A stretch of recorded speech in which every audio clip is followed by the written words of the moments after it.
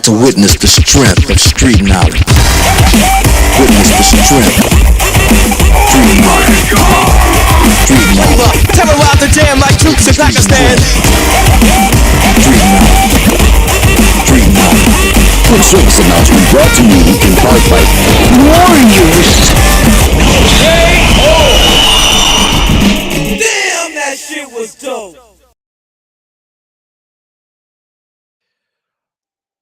And welcome back to another Warrior Creed live stream with me, the radical Majid Nawaz. And the topic for today is on your screens right about now. Forgive the crude image we've used reading "This cunt tree needs you now." It is quite funny, though, of course, forgive the language. It depicts a naked Prime Minister Keir Starmer, legs crossed, covering his, one presumes, "See you next Tuesday." Just acronymize that phrase to understand for those listening on the podcast. Hence the pun, cunt tree. This country needs you. A naked Prime Minister Keir Starmer, legs crossed, covering his "See you next Tuesday," with a half-naked Zelensky sitting on his shoulders. And then the phrase "enlist" underneath, stating "fight for tyrants against tyrants to stop tyranny." Clearly quite humorous. We thought quite apt for today's live stream. Why? Because those of you who have been following will have seen that Starmer, the Prime Minister of the United Kingdom, perhaps not for long, said we are moving to war fighting readiness yesterday. You can see they're reported by Sky News on your screens. Prime Minister Sir Keir Starmer outlines, quote, 3 fundamental changes we are going to deliver as part of his defense plan to mobilize the nation. Well, we're going to play you a key excerpt from that speech, just so you can see how Keir Starmer has panicked the nation by telling us we need to be ready for war, that Britain needs to be ironclad. A brief trigger warning, those of you watching this, please don't panic. Do not think we're about to be nuked by the Russians. We're not about to enter World War III. Keir Starmer is playing catch up, and the rest of this stream on Warrior Creed will be dedicated to explaining to you precisely whom Keir Starmer is attempting to catch up with, and as to why you should disregard most of what Keir Starmer says, in particular his posturing for war, though of course this defense review was long overdue, and Keir Starmer has had his hand forced to increase spending on the UK's military defences. But we're going to explain all of that. For the moment, here is Sir Keir Starmer telling us to be war ready. Following through on this review, I want to set out 3 fundamental changes that we're going to deliver. First, we are moving to warfighting readiness as the central purpose of our armed forces. When we are being directly threatened by states with advanced military forces, the most effective way to deter them is to be ready. And frankly, to show them that we're ready, to deliver peace through strength. Now, Britain has the finest servicemen and women in the world. We're showing them the respect that they deserve by delivering the biggest armed forces pay rise in 20 years, and by pledging today that we will end the hollowing out of our armed forces. We'll build a fighting force that is more integrated, more ready, more lethal than ever, backed by a stronger strategic reserve, fully trained and ready to mobilize at any time. Second, everything we do will add to the strength of NATO. As we step up to take greater responsibility for our collective defense, the NATO alliance means something profound: that we will never fight alone. It is a fundamental source of our strategic strength. That's why our defense policy will always be NATO first, something that's written through this review. The transformation we are driving in our defense must add up to Britain's biggest contribution to NATO since its creation, so that when we're building new capabilities at home, we are making our allies safer too, strengthening Europe and strengthening our bridge to the US as Britain's first partner in defence. Third, we will innovate and accelerate innovation at a wartime pace, so we can meet the threats of today and of tomorrow as the fastest innovator in NATO. Now, this doesn't mean replacing people or hardware. Quite the opposite. It means learning the lessons of Ukraine, which I've discussed many times with President Zelensky, to ensure that every capability we have works seamlessly together. Drones, destroyers, AI, aircraft, each different branch of our armed services fully integrated to create an army which is 10 times more lethal by 2035. And in delivering all of this, we are more ambitious than ever for the change it can bring. To deliver not just security for our country, but renewal too. After the Cold War, many nations cut defence spending, freeing up public funds, creating what was called a peace dividend, which people felt in their public services and in the quality of their lives. Faced with new circumstances today, we must deliver for working people again, to seize now a defence dividend for the British people, using this moment to drive jobs and investment throughout the country, like here in Govan, providing local opportunities, skilled work, community pride, ensuring that everyone across the United Kingdom has a role to play in this effort, yes, but also that everyone has a stake in its success. I want to spell this out very simply. To achieve this, we're going to build, we're going to use this investment and this once-in-a-generation reform to drive renewal up and down the nation, creating new jobs, creating skills and opportunity, driving huge growth in... Now, I don't want to speak for the young lady with the red hair standing behind Prime Minister Starmer there, but at various points in that brief clip, you saw her either her jaw drop, her mouth agape, or her biting her lip while looking shiftily left and right continuously through the speech. This speech apparently surprised people. Starmer announcing we need to be war ready. Of course, those words would scare people. And just even from personal friendships, we are aware they have scared people. And of course, that is precisely what Sir Keir Starmer is seeking to do. Because when somebody knows that their time is up and that they are on their way out and that they are 10 points behind Nigel Farage in various opinion polls, then what better than to warmonger in an attempt to rally patriotic spirit behind them in an attempt to appeal to the very voters who have provided Nigel Farage and his Reform Party with a 10-point lead over Keir Starmer, as we here at Radical Media have been saying forever. Nigel Farage will be Prime Minister sooner than most people think. Now, to break down for everybody what's going on here, we need to understand two things. One is that this defense review was long overdue anyway. It was coming anyway. And the second is that Keir Starmer has attempted to ride the wave of this defense review while providing it with his own spin, and that is to sell it to the voters by using Russia and the threat of Russia and the war in Ukraine as a way to convince his base as to why it's needed. And of course, that's what scared people, because people are now worried that we're about to enter a nuclear winter or a nuclear war against Russia. That's not going to happen. Starmer is using the Russia-Ukraine conflict to try and stoke up the fear of war so that he can sell the need to spend on defense to his left-wing base. So those are the two things to keep in mind as we go through this stream. The defense review was long overdue anyway.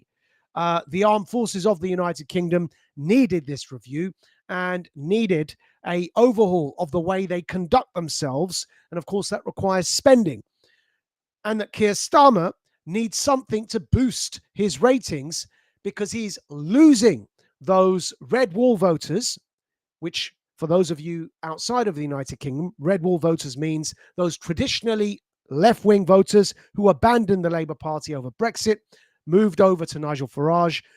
Recently, Starmer, in the last general election, was able to gain some of that back, providing him with an overwhelming majority in Parliament. But as we explained here on Warwick Reed's live stream and in Radical Media with all the receipts, that victory in the last general election for Sir Keir Starmer's Labour Party was a razor-thin victory, because in each constituency in the United Kingdom's general election is run by the first-past-the-post electoral system, which means it's a seat-by-seat election. In each seat or constituency, Starmer only won by the narrowest of margins. So though that translated into a huge majority in terms of seats in Parliament, each seat itself was vulnerable because individually each seat only won by a narrow margin, which means that anything to any public crisis, a downturn in the economy, a disaster in foreign policy would have been enough to hemorrhage this huge majority Starmer had in Parliament. Because if ever a general election was called in each of those seats, that narrow margin of victory, providing Starmer with 100% of the seat. If it were to flip, Starmer would get 0% of the seat. The way our election system works is it's either 0% or 100% in each seat, because it's a seat-by-seat election, the first-past-the-post system. Well, that's now happened. We were saying, in fact, during the election itself, on the week of that election, go back to Radical Media, you can see it. We'll publish all the receipts tomorrow. We said back then it was the narrowest, most marginal general election for a very long time. And that swing has now happened. Farage is now 10 points ahead of the Labour Party, which means, and in each seat, crucially, Farage has crossed the 30% threshold required for any party to win 100% of that seat by taking the seat and therefore taking the entire constituency, even with only, say, 30 or 40% of the vote inside that constituency. Farage has now reached that threshold. All of this to say that if there were a general election tomorrow, Farage would win. Starmer is panicking, and as a result of his panic, he's seeking to appeal to that red wall base, the working class voters in the United Kingdom who've left the Labour Party and moved over to Farage's Reform Party. And he's appealing to them on immigration. He's appealing to them on defence, because he understands that this is what those voters are worried about. Now, of course, it's too little too late for Keir Starmer. It's not going to have the impact he thinks or hopes that it might. Farage has already taken those votes, because underpinning their concern, those voters' concern on immigration or on defense or on the economy or on a whole bunch of other issues such as Brexit, underpinning all of those concerns is an issue of trust. And Starmer simply cannot gain the trust of the public in the way that Farage now has. So those 2 points that we mentioned, that this defense review was long overdue anyway, and Starmer is attempting with his rhetoric, knowing he would have had to pass this defense review to appeal to Farage's base. Keep those 2 points in mind as we go through this stream, because it helps to explain what's going on and helps to assuage concerns. We're not about to enter World War III. Disregard Starmer's rhetoric in this regard. He is attempting simply to appeal to a certain base that he will fail at. And the third thing to understand here is for Starmer to achieve this, he's probably going to have to raise taxes. Otherwise, where's he going to get the money from to increase defense spending? And that, again, is going to end up damaging Starmer in any general election when it next occurs, because they are going to have to raise taxes. And of course, the economy is already, as everybody can feel, in a very, very fragile state. People living on their overdrafts, people living month to month, paycheck to paycheck. Times have been very difficult for a long time, and Starmer increasing taxes may well just seal the nail in his coffin. Now, what we're going to do is first address the defense review itself. What does it entail? Then go through how Starmer is going to have to raise taxes to pay for it, and then move to the issue of NATO and how Starmer, with this defense review, said it's a NATO first policy, a nod to NATO and to Ukraine's aspirations to be a NATO member. Of course, the Russia-Ukraine war is the framework that Starmer is using to sell all of this. And we'll explain how Ukraine simply will not, cannot be granted ascension to NATO membership. It simply will not happen, regardless of what Zelensky, Starmer, Rutte, the head of NATO, are saying. It simply will not happen. But let's look at the defense review first. The Times reports yesterday, Strategic Defense Review, there's the headline. Starmer says UK must be ready for war. Subheading, the long-awaited review lays out Britain's spending plan for the next 10 years with a shift to warfighting readiness.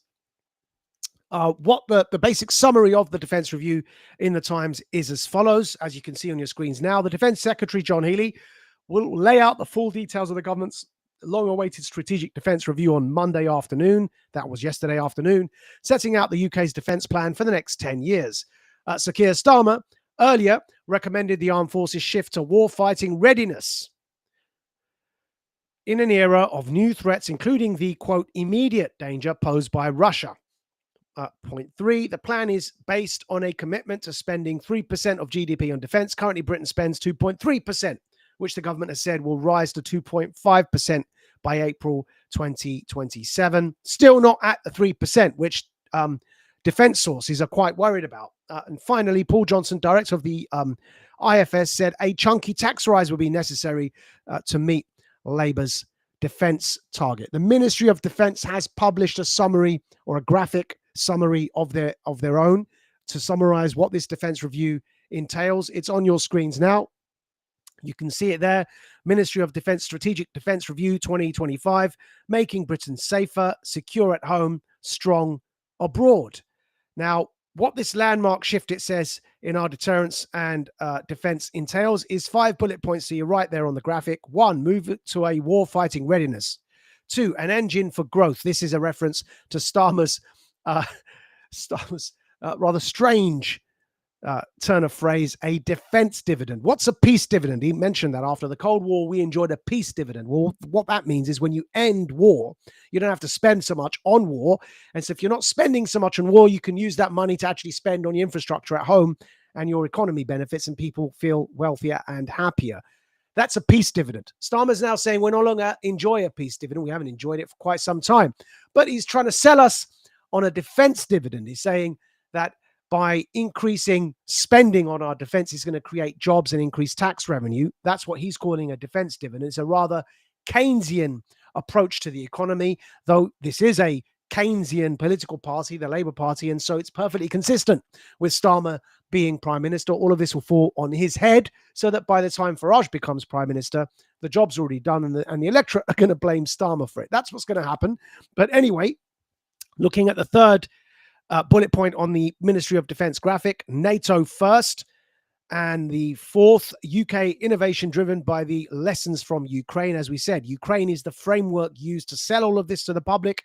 And the fifth, a whole of society approach. Now, the defense review includes the following, as reported by the Times yesterday: a $15 billion investment in nuclear warheads, plans to create a hybrid Royal Navy, blending drones with warships, submarines, and aircraft, a 12 attack submarines developed under the AUKUS Australia, UK, US partnership with the US and Australia, and better housing and equipment for members of the armed forces. However, the problem for all of this, as great as it sounds, and remember, this is something that was going to happen anyway. The defense review has been long overdue. This just landed on Starmer's head, and whether he likes it or not, he had to do this. He's trying to sell it to you through the Ukraine framework.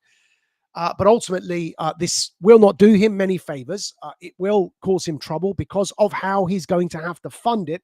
And the Times comments today on this, you can see on your screens, should be on your screens now.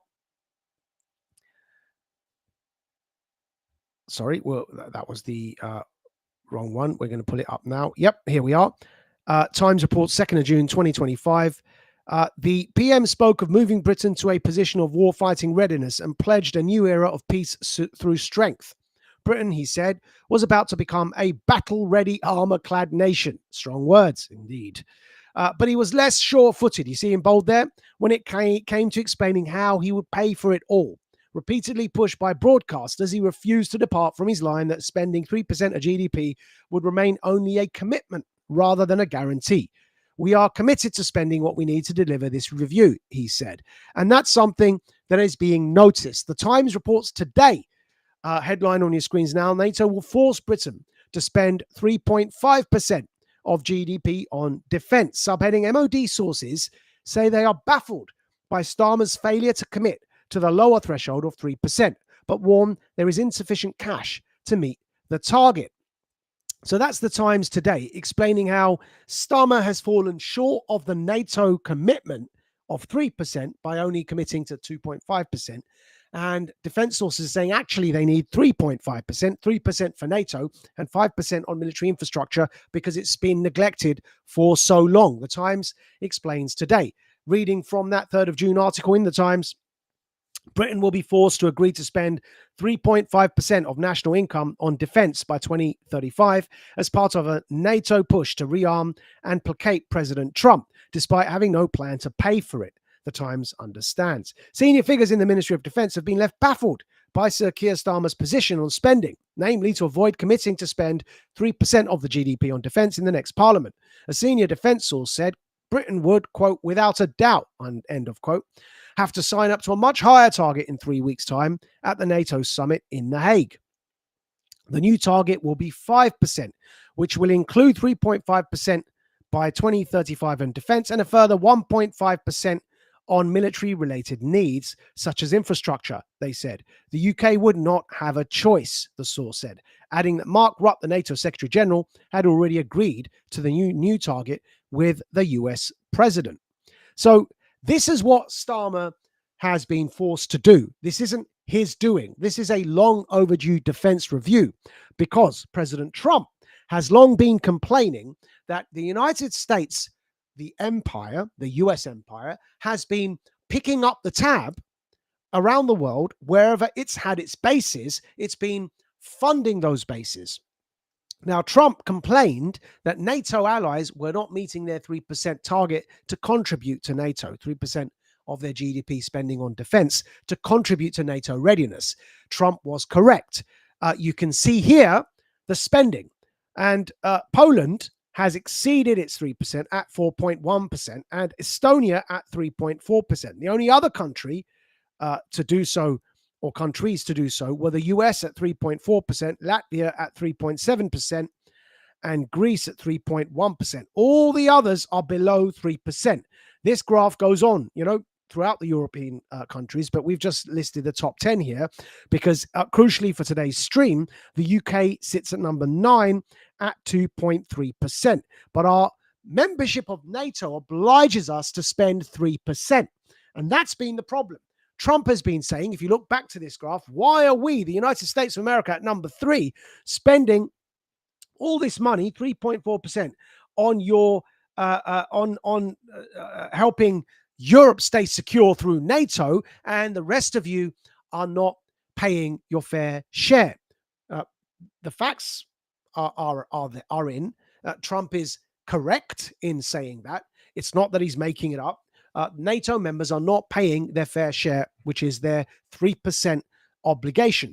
But what's changed? Why did it take Trump now to come along, and he did this in his first term, by the way, complain and threaten to pull out from NATO if that's what's forced everyone's hand, by the way. The Americans threatened to pull out from NATO under Trump, and now people take Trump seriously. They didn't at first. They do now. And so what's changed? Why did it take Trump to come along and make these statements and threaten to pull out of NATO, forcing NATO members to up their defense spending? What's changed is Trump's position, America's position, the faction supporting Trump in the United States, their position that they want to manage the decline, manage the withdrawal of the US empire. They no longer want to engage in follies abroad. They want to pull the US out, extract it from its empire. Now, after the Cold War in Europe, we found America effectively colonized Europe after defeating the Nazis and held the Soviets at bay. And in return for defeating the Nazis and holding the Soviets at bay, of course, America was granted its bases across all over Europe. Now, those bases being there were the if you like, the justification for why America needed to spend so much on European defense. If you are the empire, then there's a quid pro quo arrangement you make with those citizens that you rule over. Allow our bases in your lands. In return, we'll allow you trade. Trade allows for your economies to grow so you won't rebel against our empire in your lands. That arrangement, Empire for Trade, something we covered during the Radical Media and Warrior Creed live stream on Trump's tax rises, that explains why for so long there was a non-reciprocal trade arrangement with America and the rest of the world. America was allowing those countries where it had the bases to export their goods to America to sell to the American market, while they were not reciprocating and sending US goods into the markets of those countries that they ruled or where they had their bases. Why? Because of that equation. If you allow our bases in your lands, we'll allow your economy to grow. What does the empire gain from that? It gains from a stable population, because a well-fed and well-looked after population is unlikely to rebel. So you grow the economy of those countries where you have the bases or where your empire exists in return for stability. And of course, what you gain for it is your strategic military empire in those lands, fending off in the Cold War the threat of communism. That's an arrangement that existed with the Marshall Plan in Germany and has remained in place across Europe up until now. What's happened now is that the faction backing Trump and Trump himself no longer are able to support the US empire abroad, wish to manage the decline of the US empire. So what they've said is the following. They've said, and Trump said it in his first term, in fact, threatened to pull out of NATO if the European countries didn't oblige. He said, you've got to spend on your own militaries. You've got to look after your own continent. You've got to not rely so much on the American military and economic might for your stability and the luxuries you've come to enjoy. Step up and govern yourselves. That was Trump's message regarding NATO. It was clear in his first term. Of course, he stuck to it in his third term. And in addition, the tariffs issue reflects that. Trump's point was the non-reciprocal arrangement that used to exist, where you were able to sell your goods into our markets, we weren't able to sell our goods into your markets. That's also coming to an end. Because if you're going to govern yourselves and we're going to pull our military out, your access to our markets should no longer be non-reciprocal in that way, or handicapped, so that it can only benefit you, because we have no carrot needed to provide you any longer if our bases are no longer in your lands. In other words, the entire Western world is going to level up, both in terms of economy and military strength. This is a leveling up. It's why Trump did that with the tariffs, and it's why the managed decline on the military is being supervised by Trump. He requires, and the American faction backing Trump require, for Western nations to be able to support themselves economically and militarily, so that the US can be a senior partner in that alliance, rather than the all-present empire with its bases and its economy feeding the various provinces, which include the UK. So that's the overall picture. That's what's going on. And it's why this picture on defense funding that we showed you earlier needs to change. The US there at number 3, you can see above its 3% target. Everybody after Greece sits below that target. And as we said to you, this graph continues beyond 10 countries. It concludes all of Europe. But we're going to show you just the first 10, because it's relevant that the UK there sits at number 9, spending only 2.3%. And so that's the context to understand what's going on here. This was going to happen anyway because of Trump. It just so happens it's happening on Starmer's head. And he is going to have to deliver on this, whether he likes it or not. But he'll get the blame because he's going to have to fund it somehow.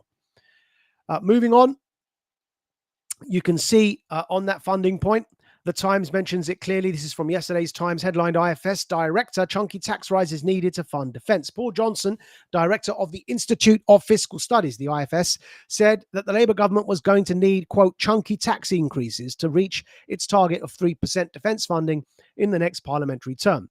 Johnson said this was especially the case if Sir Keir Starmer backs down on cutting the winter fuel payment and scrapping the 2-child cap limit. Quote, you really do have to ask that question. What are the choices you're going to make? Johnson told Times Radio.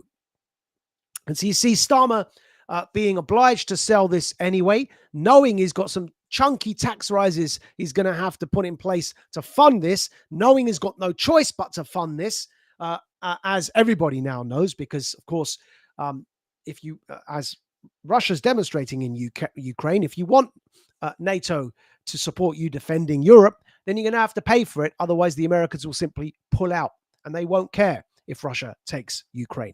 And that's why those MOD sources we quoted you earlier from the Times were saying Starmer will not have a choice. The UK is going to have to meet its 3% target at a bare minimum. This happens to have fallen on the head of Starmer. He's going to get the blame. The tax rises that he's going to have to bring in, he'll get the blame for those too. And in the end, this is something that he's, because he knows he's going to have to do, he's using the rhetoric of war. He's saber rattling the UK needing to be war ready. He's framing it in the context of Russia potentially targeting the UK as a way to convince the public. And it's going to work. Though, of course, we're reassuring you, we will not be joining any war against, direct hot war against Russia. This country will not be entering World War III, nor will any country, thankfully.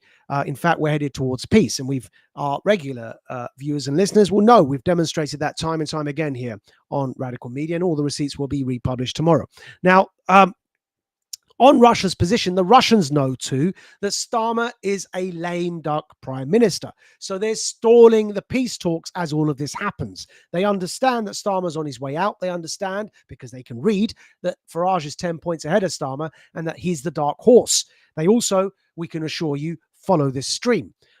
If you are in doubt of that, this is us with the Russian ambassador at the Russian embassy. But we're going to come to that. The Russians know that Starmer is a lame duck prime minister. So they're stalling the peace talks that are currently going on in Istanbul.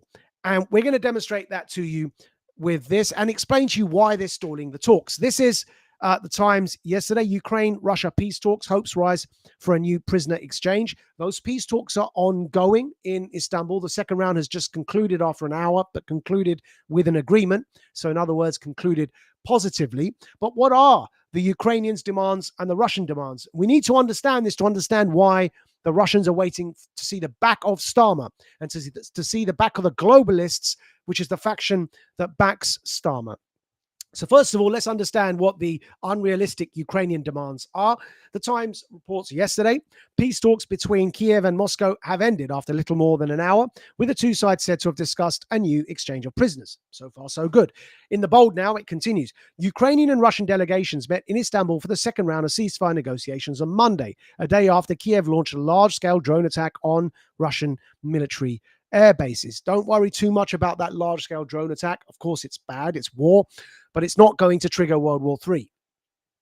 To finish from the bottom there, Ukrainian negotiators said after the talks that further exchanges of prisoners of war and the release of Ukrainian children forcibly taken to Russia had been discussed. They did not say what discussions were had around ending the 3-year conflict. Now, here are the here's some detail, first of all, on the drone strike. Remember, the drone strike happened, and regardless, the peace talks went ahead and concluded successfully anyway. So yes, it's bad that this war has been escalated by Ukraine with some drone strikes, but it's manageable, and the Russians will manage it. Over the weekend, the Times said yesterday, Ukraine launched its most ambitious drone offensive to date, striking more than 40 warplanes thousands of miles from its own territory, an operation dubbed Spider's Web. On Monday, Ukraine said it had destroyed at least 13 planes. The unprecedented strike with smuggled drones reached as far as Siberia. It was authorized by Zelensky, who said on X that it had been given the green light 18 months ago. The fact that Zelensky got the green light for that drone strike is why we're suggesting you don't need to worry too much about Ukrainian escalation. The war is on its way out, not on its way in. The war is winding down, not winding up. We will not end up in World War III, inshallah, as we say. But take that from us. We're headed towards peace, not an increase of war. Now, the positions that we mentioned are explained here by that same Times article yesterday. The two sides remain some way apart in their positions. That's true. Zelensky has some very unrealistic demands. To continue reading, Kiev has already provided Russia with its memorandum, which states there will be no restrictions on Ukraine's military strength after a peace deal is struck. Well, there will be. Ukraine won't be joining NATO, which is a restriction on Ukraine's military strength. Regardless of what Zelensky says, what Starmer says, and what Mark Rutte, the head of NATO, says, Ukraine will not be joining NATO. And we're going to come to that in a moment. To continue reading, the Ukrainians are demanding no restrictions on Ukraine's military strength after a peace deal is struck, no international recognition of Russian sovereignty over parts of Ukraine taken by Moscow's forces, and reparations for Ukraine. No recognition of Russian sovereignty over parts of Ukraine. Again, they're not going to get that. Reparations, and they're not going to get it. Zelensky's demands are unrealistic. None of those three we just read to you are demands that they're going to get. What they're going to get is not be conquered in return for acquiescing to Russia's demands. And we'll come to what they are shortly. Sergei Lavrov, Russia's foreign minister, said Moscow's memorandum sets out its position, quote, on overcoming the root causes of the crisis, end of quote, a phrase that has become Kremlin shorthand for the removal of a pro-Western government in Kiev. Now, it's important to understand the root causes phrase there. What that references is the Maidan coup, where the CIA engaged in a color revolution against a elected Ukrainian leader who happened to be allied with his neighbor, Russia. The CIA backed a color revolution inside Ukraine to overthrow the Ukrainian elected leader who happened to be allied with Russia. And the regime that is now fighting in this war is the regime that the CIA placed in power after that color revolution. The Russians are demanding a return to the status quo prior to the Maidan coup and the color revolution, backed undisputedly by the CIA, in fact, orchestrated by them. The Russians may not quite get that either, but they will get a partition of Ukraine. They will keep Crimea and they will keep areas above the Dnieper River. The Russian ethnic Russian areas, the Russians will keep. And to continue reading from the yesterday from the Times, stating the two positions, according to a version of the memorandum seen by Reuters, Moscow's demands include a written pledge by NATO not to accept more Eastern European members and the lifting of some sanctions and Ukraine's neutral status. On Sunday, Zelensky said that Kiev's chief demands in Istanbul would be a ceasefire, the release of more prisoners, and the return of abducted Ukrainian children from Russia.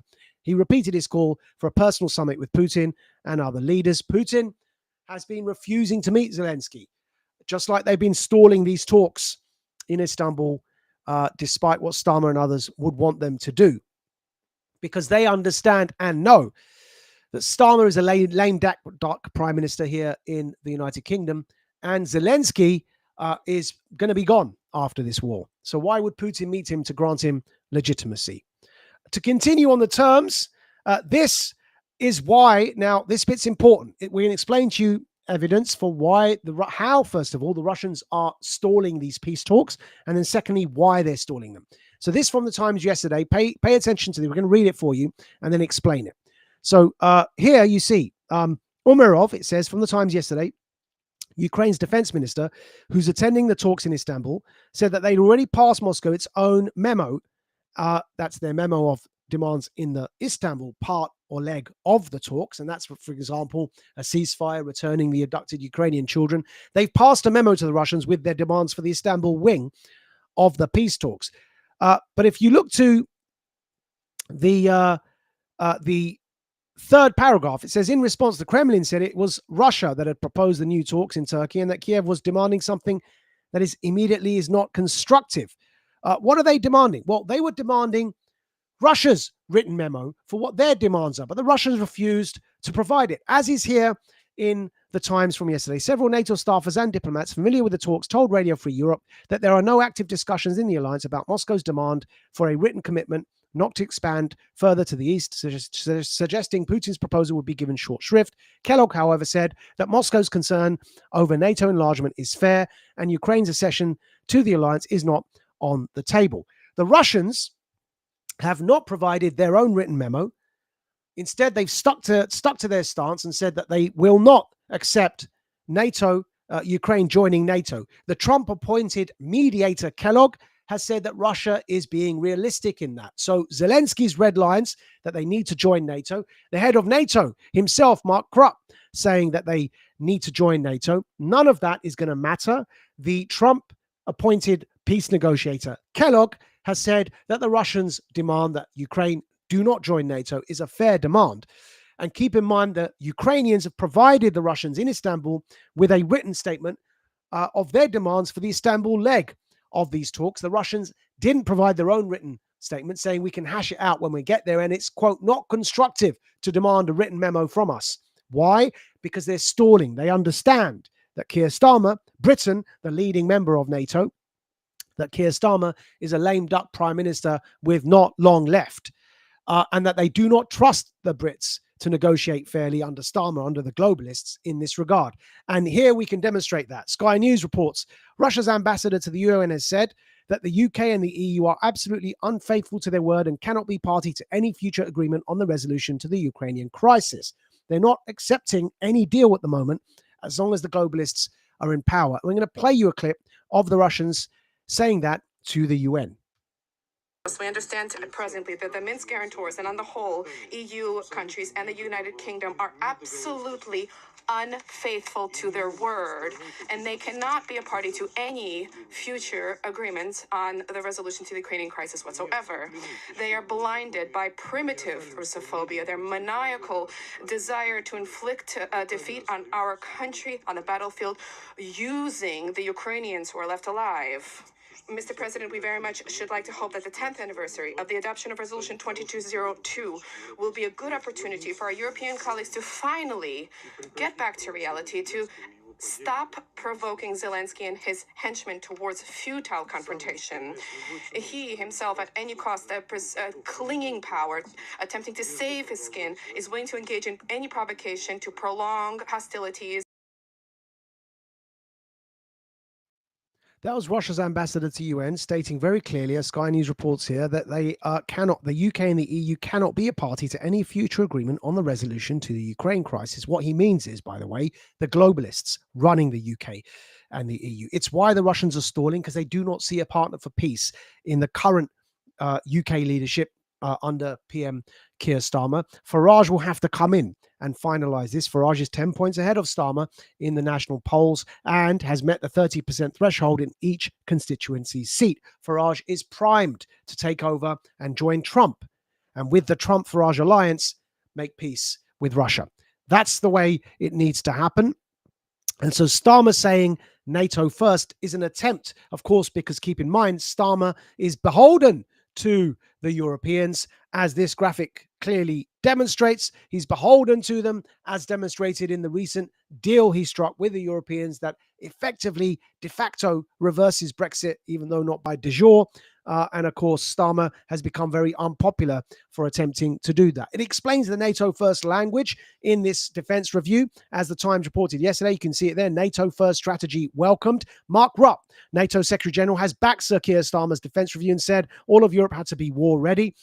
Quote, I welcome the release of the UK's Strategic Defence Review at a time of growing threats to our peace and security. The UK is stepping up with a NATO-first strategy that prioritises warfighting readiness, he said. And here is Mark Rutte, the head of NATO, again, saying, as Sir Keir Starmer's been saying, that Ukraine will join NATO. Now, keep in mind, it's not true. Ukraine will not join NATO. The US, under Trump, will not have it. The Russians will not have it. It doesn't matter what the head of NATO says. He's not a head of state. Doesn't matter what Sir Keir Starmer says. He's a lame duck prime minister. Here is Mark Rutte, the chief of NATO, assuring the Ukrainians they will join NATO, but they will not.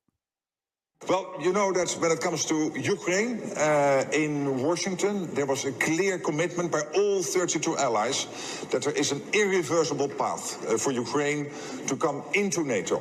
Not with an end date, not understanding this as part of a peace settlement, but clearly as a longer-term commitment by all 32 allies, and we are building that bridge as we speak, with the command in Wiesbaden, with in Poland, JTAC, which is capturing all the lessons, and of course all the other cooperation ongoing between NATO countries and Ukraine. Thank you so much.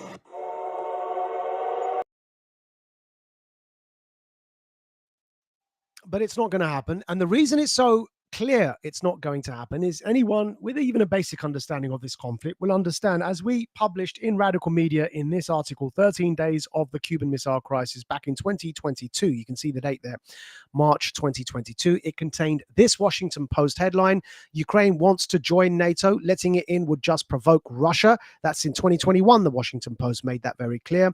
And we explained the reason why. And that's on your screens right now from that Radical Media dispatch.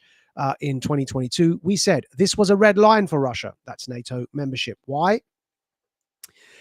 Because in the 1962 Cuban Missile Crisis, America feared Soviet nuclear missiles that were placed only 103 miles from the US border. That's in Cuba. And they took action. This led to 13 days of attempting to avert all-out nuclear war, known as the Cuban Missile Crisis. Hence, by the way, the title of that dispatch, 13 Days of the Cuban Missile Crisis. Why is that important to understand? Because of the second paragraph. After the pro-American Maidan uprising, or coup, in Ukraine, Russia similarly feared rapid NATO expansion leading to missiles at their own border. We have now returned to similar tensions, but the inverse. This is a map depicting NATO's eastward expansion since 1997. So you understand. Here's the map we're going to show you in a minute, second.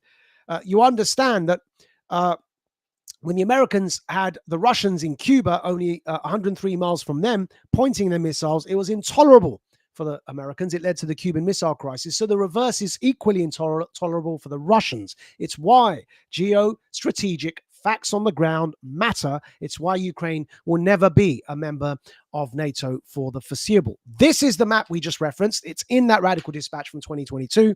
NATO's expansion since 1997. You can see there the expansion of NATO from the purple to the orange. It's surrounding Russia, and it's why the Russians cannot countenance Ukraine. You can see where Ukraine is marked there and the Crimea is marked, because Ukraine directly borders Russia on the Black Sea. The Crimea is the Russian Navy fleet's base of departure for the Black Sea, that Crimea. So they cannot countenance Ukraine being a member of NATO. It's a simple geostrategic fact on the ground. And the number of bases, as you can see on this graphic now, the number of US bases versus Russian bases around the world is heavily weighted in the favor of Americans. It's why it's a fair request for the Russians to reject Ukraine NATO membership. And the below here you can see is a map depicting the asymmetry in US and Russian military power. The blue dots are the American bases, and the red dots are the Russians. And you can see how they are vastly outnumbered by the Americans. It's not unfair for them to say that Ukraine cannot join NATO. And to continue reading from this Radical Dispatch, 13 Days of the Cuban Missile Crisis, dated 2022, with this background and context, it is now possible to see what Russia's interests are in Ukraine and how to bring this conflict to an end. Remember, this is 2022 we wrote this, all right? And how to bring this conflict to an end without provoking World War III. The assumption here is that readers do wish to avoid Armageddon. The assumption here is also that, despite the voices of hysterical politicians and geopolitically ignorant media pundits, they are bloody ignorant. That's just a fact. I'm sorry. But they're ignorant. And they are saber-rattling for war that they do not understand. There's no escape from a nuclear bomb being dropped on the United Kingdom. Likewise, there's no escape for the Russians if we drop one on Moscow. But if we drop one on Moscow and they drop one on us, neither of us will exist any longer to gloat over our victory. It's known as MAD in military doctrine. That's the acronym for it. Mutually assured destruction. And so those idiotic media pundits who are saber-rattling for war do not understand a thing.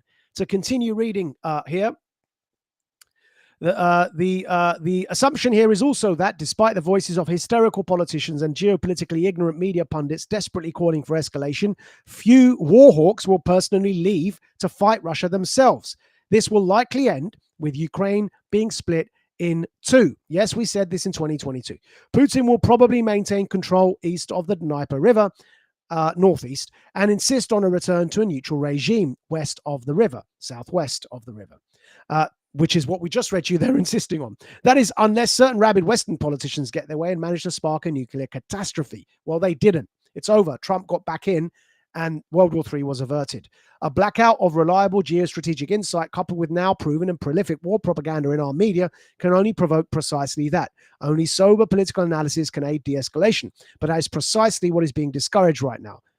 Readers should ponder why. Finally, it may also be an idea to never fund Nazi battalions. That's the Azov battalion. Now, as we stated, Trump's appointed peace negotiator for the Ukraine-Russia conflict, Kellogg, has already said that it's not going to happen. We quoted that to you from the Times. It's already there. I think it's this one. Yep, bottom paragraph from the Times yesterday. Kellogg, however, said that Moscow's concern over NATO enlargement is fair and Ukraine's accession to the alliance is, quote, not on the table. So you can ignore Mark Rutte, the head of NATO. You can ignore Sir Keir Starmer and all the other war hawks who are insisting that's what needs to happen. Trump, which is what matters here, has already said it won't. His peace negotiator has already said it won't. And his defense secretary, Hegseth, has already said it won't, as quoted by CBS News here. Dated February the 12th, 2025, Hegseth rules out Ukraine NATO membership as part of any ceasefire with Russia. It's simply not going to happen. And the Russians know that Starmer, the globalist empire currently in place, the allies of Biden across Europe, including Starmer, the Russians know that they are all lame ducks. The Polish election is a barometer for you to understand the direction of the wind. Nigel Farage domestically is 10 points ahead of Keir Starmer. Starmer is on his way out. And Nigel Farage himself knows Ukraine cannot join NATO. And that's something that this radical dispatch from June 2024, last year, said. Reform UK leader Nigel Farage insists Ukraine must make peace with Russia and may be partitioned. And you can see headlined here in the Mail Online, Nigel Farage insists Kiev will have to seek a peace deal with Russia as Reform leader says Ukraine may have to be partitioned in negotiations with the Kremlin. Well, that's simply what's going to happen.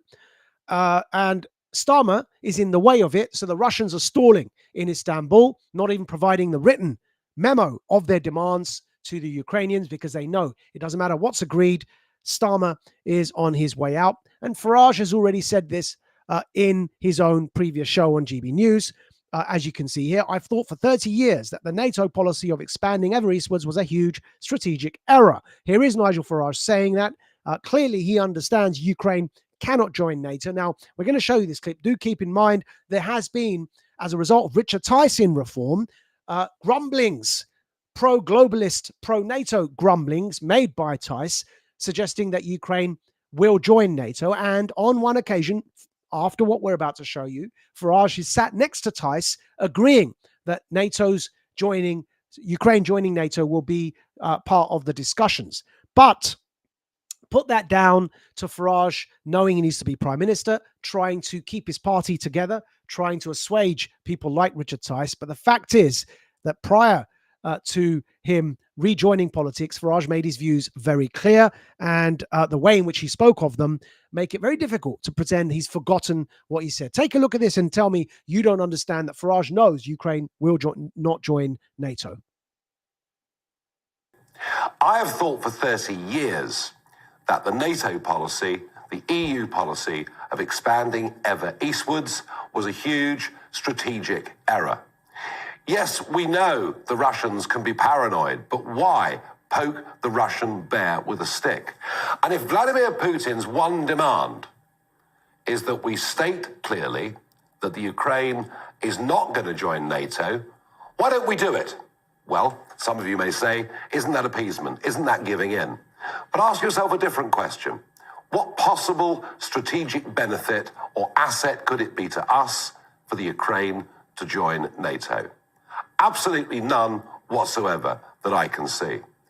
So I think what Boris Johnson needs to do is to rethink the geopolitics of all of this, to convince other EU leaders, to convince the Americans that that is what we need to say.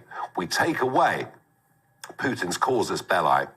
And actually, I think if Putin gets that, he won't invade and a war can be avoided. That's my view. That's my take. No one I speak to thinks the Ukraine joining NATO is a good idea. Yet nobody out there says what I've just said, that we should state clearly. Now, as we said, subsequent to that, and Farage returned to frontline politics, he did because Richard Tice, his former leader, had been saying for a long time that Ukraine should join NATO. So Farage did acquiesce on a panel with Tice to the fact that it should be part of the discussions. We're going to publish all this in receipts for you in tomorrow's Radical Dispatch. But being part of the discussions is not the same thing as granting it. And there you heard Farage's view, is actually his personal view, is very clear that we should acquiesce this point to the Russians. And that's what's going to happen. We've already demonstrated that that's going to happen because the Americans, under their current Secretary of Defense, Hegseth, have already said it's a non-starter. As you can see there, CBS News. Hegseth rules out Ukraine NATO membership as part of any ceasefire with Russia. And that's from February this year. The Americans and Kellogg, as we said, the Times quoted the Trump-appointed peace negotiator. He as well said very clearly that it's simply not going to happen. Perhaps this is it. Yep. And you can see, oh, no, that's the wrong one. See if we can find the right one again for you there. At the bottom of the paragraph there, Kellogg, that's Trump's peace negotiator, said that Moscow's concern over NATO enlargement is fair and Ukraine's accession to the alliance is, quote, not on the table. That's from yesterday's Times. So simply not going to happen. Ukraine is not going to join NATO, regardless of Starmer's NATO first policy, regardless of what Mark Rutte has been saying and his welcoming of Starmer's NATO first policy, simply not going to happen. NATO first will mean that each country increases its defense spending up to the 3% target if they want NATO to survive. And that is what's going to happen because, as we stated, the US empire is in managed decline. It wants the European countries to look after their own defense, and it wants to level the playing field when it comes to trade so that everybody is looking after themselves now and not simply the Americans looking after them. We're seeing an end to empire here. You have a strong leader in the name of Trump who is managing the decline of the US empire, and he's pulling back in a manner that suits US interests so that it doesn't end up falling on the US's head. Just think Vietnam, Saigon. Just think Afghanistan and Kabul, to understand how pulling back from empire can go so wrong. And that's what Trump's attempting to do. He's attempting to manage the decline. And we know that part of that will be that Ukraine will have to give in and not join NATO. The Russians have made it very clear, as is in this Times headline, that they simply, from February 2025, that they will not accept NATO peacekeepers or anything to do with NATO and Ukraine. Now, the former head of Britain's MI6, Alex Younger, since we published our analysis, has only confirmed this. You can see we reported this in Radical Media. This is from the Radical Dispatch. We also stated last December that the former head of MI6, Alex Younger, had also taken this position, which is our position, after we published our analysis. And this is, we then published this video, Radical Media Reports, 11th of December, 2024. And this is what we then published. This is the former head of MI6 effectively saying everything we said was going to happen, that there would be a partition of Ukraine. The ethnic Russian areas would go to Russia. Ukraine would not be a member of NATO, and that the Ukrainians would just have to accept that as part of a peace compromise. Here is the former head of MI6 saying exactly this. It's going to be land for peace. Trump is a real estate guy. That's how he thinks about the world. I'm dying to hear your perspective on Ukraine. Where is this going? Zelensky just laid out his plan, speaking to Sky News, and said, oh, we can end this war or the hot phase of it as long as there's NATO membership. Do you think that's possible? I think this is very much as I expected, that we're kind of moving into the political phase of this conflict. We've got a choice. We either double down on support for Zelensky or we do a deal. We're not going to double down on support for Zelensky. There's going to be a deal. It's going to be land for peace. Trump is a real estate guy. That's how he thinks about the world. But that belies the reality of what Putin's trying to achieve here. It's not about territory. It's never been about territory. And he was super clear. It was Ukraine's existence as an independent country that he felt posed an intolerable threat to Russia. It's that he seeks to eliminate. And specifically now, he's visited this huge sacrifice on his people. He's got to come home with something that looks like that. So Putin is going for Ukraine to be a non-country. So I think we got to accept there's going to be a frozen conflict, a land swap, however you like to call it. I don't think NATO is going to happen. Is Donald Trump or even the Germans going to allow that to happen? No. And there you saw the former head of MI6 state what we had already stated back in 2022. There will be land for peace. We said that the Dnieper River would be the partitioning line. Those ethnic Russian areas would stay with Russia. It's now pretty much that's what's going to happen, because back when we said it, Trump had not yet come back into the presidency for his third term. He's now serving his third term and is ensuring that this is what's happening. There will be peace with Ukraine, and that will be as part of the managed decline of the American empire. That managed decline will require European nations to start looking after their own defense by spending more on their defense, and the economies and trade between America and the rest of the world will end up leveling as a result of the US pulling back its military. It will no longer be obliged to fund the economies of those nations where it has bases so as to benefit from the stability and enjoy that stability for having their bases there. It will no longer be the US's responsibility to stabilize those economies so they can level the playing field in trade. And that's what the tariffs thing was about too. Now, Starmer knows all of this. Starmer is playing catch up. This defense review was said was coming anyway. Starmer's phrased it in the context of war in an attempt to sell it to his own base because they are scared of Russia. Of course, he's built his political career off the back of those globalists fear-mongering about Russia. But Starmer, knowing that Nigel Farage is 10 points ahead of him, is needing to use that frame to sell it to his base in an attempt to fend off the hemorrhaging of his votes to the Reform Party. And that's why this meme we found that's on your screens now was so appropriate. It is, of course, Starmer in a Simpsons meme there, about to press a button, and it says, "Get ready, everybody, he's about to do something stupid." And that's because he realizes that he is desperate to claw back those hemorrhaging votes that are going to Reform. And you can see how he's beginning to steal the messages of MAGA. And by way of an example, this in yesterday's Times. Take a look at this from yesterday's Times. Headline analysis: some battles are best avoided. And you go down there into the second line, and you see it there. The PM spoke of moving Britain to a position of war-fighting readiness and pledged a new era of, quote, peace through strength. Peace through strength. Where have you seen that phrase before? Take a look at it there. See, this was quoted by Starmer in his speech yesterday. You see it there on the second line of that Times article from yesterday? Peace through strength. Starmer's playing catch up. He's attempting to appropriate MAGA messaging to try and prevent the hemorrhaging of his voters. The workers are going to Reform and Farage. Here on your screens now is the origins of peace through strength. And you can see that's a Trump slogan. From Al Udeid Air Base in Doha in Qatar, 16th of May 2025. This photograph was Hegseth introducing Trump. Trump's about to come on stage, and the US military in the Al Udeid Air Base in Doha in Qatar with the banner "Peace Through Strength" unfurled behind them. That's where Starmer stole that slogan for. He's playing catch up. And guess what? We showed you a photo of us with the Russian ambassador to London earlier. Note something in that photo. Here it is again on your screens. Look at that from 2024. It says there, pictured with His Eminence, the Russian ambassador to London, Andrei Kelin, at his official London residence in Kensington Palace Gardens. We believe in peace through strength. Oh dear, Keir Starmer, stealing our slogans. That's from 2024, even before the Trump Doha photo, though of course it didn't come from us. It's a MAGA slogan. We were using it there back in 2024. Peace through strength. You can see it there. So Keir Starmer, as well as saying NATO first, which is again a riff on America first, has stolen the peace through strength slogan as well. Why? Because he's crapping himself about the Nigel Farage 10-point lead over him, to the point where even after his humiliating deal with the Europeans, as we depicted earlier with this graphic, even a veteran left-wing politician such as George Galloway has pledged to Farage over Starmer. Here is George Galloway on your screens now.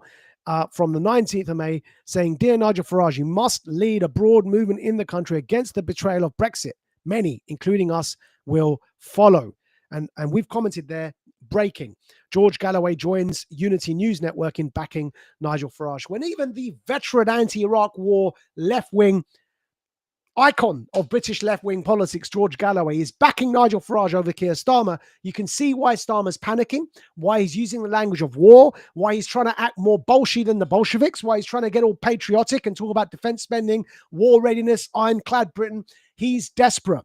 He's stealing MAGA slogans such as peace through strength and using NATO first instead of America first because he's desperate. He's trying to appropriate the messaging of Reform and Farage and MAGA and Trump so that he doesn't continue hemorrhaging votes to them. He's 10 points behind. Remember that. And here's an example of Starmer's desperation. In a recent press conference, it's as if he couldn't get Nigel Farage out of his head, who's living there rent-free. Take a look at this. Nigel Farage, Nigel Farage, Nigel Farage, Farage, Nigel Farage, Nigel Farage, Nigel Farage, Nigel Farage, Nigel Farage, Nigel Farage, Nigel Farage, Nigel Farage, Nigel Farage, Nigel Farage, Nigel Farage. Reason I'm speaking out today in relation to Nigel Farage, Nigel Farage, Nigel Farage, Nigel Farage, Farage, Nigel Farage, Nigel Farage, Nigel Farage, Nigel Farage, Nigel Farage, Nigel Farage, Nigel Farage, Nigel Farage, Nigel Farage. Now, the media noticed this at that press conference. It's only like a few days ago before this defense review announcement. The media noticed what was going on and take a listen to a collage of their questions posed to Starmer on this. Where you just resort to talking points and dodging questions. The speed of the decline in your popularity is historically unprecedented. Isn't this speech today an admission that you have failed and Nigel Farage understands voters better than you? Nigel Farage has 5 MPs, you've got 403. Are you panicking because Reform is so far ahead in the polls, it seems? Is he living rent-free in your brain? You went to a state school, your dad worked in a factory, your mum worked in the NHS. So why has a public school-educated former city trader got more in common with the Red Wall than you have? Reform UK say you're running scared of them, that you're sounding increasingly like them with some of the policies and announcements you've made recently. This is a speech that was very defensive, wasn't it?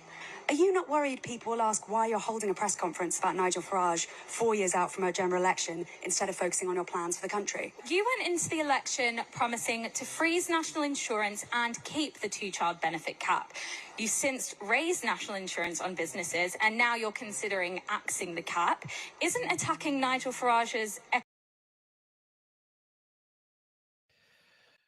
You see, the media there has noticed Starmer's desperation. It's why we're saying, oh dear, get ready, everybody. He's about to do something stupid. And that stupid thing is get Britain on a war-ready footing against Russia and all of the rhetoric you just heard. Because the Russians know this is a lame duck prime minister on his way out.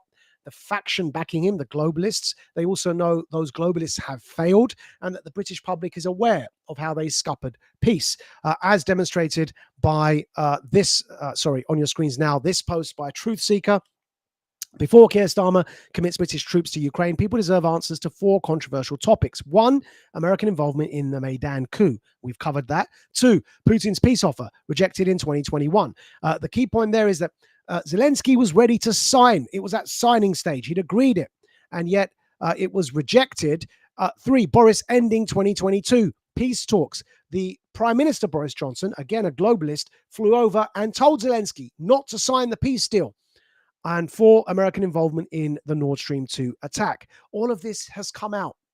And when you see American involvement there, read globalist America, Biden's faction. In the UK, it's Starmer's faction, the globalists, the EU faction. But those who are in the ascendancy are the anti-globalists. Trump and MAGA are now in power in America. Poland demonstrates with its recent election victory, again, with the ascension of the anti-globalists in Poland. And in Britain, Farage being 10 points ahead is what's panicking Nigel Farage. And you can see that on your screens now, as demonstrated from this May 30th report on the polls. Reform, Nigel Farage's party, sits at 32%, with Labour only at 22%. Reform lead by 10 points. That is what's rattling Sir Keir Starmer. It's why he started using the language of war. He is trying to rouse patriotic sentiment to try and keep hardworking Brits behind him.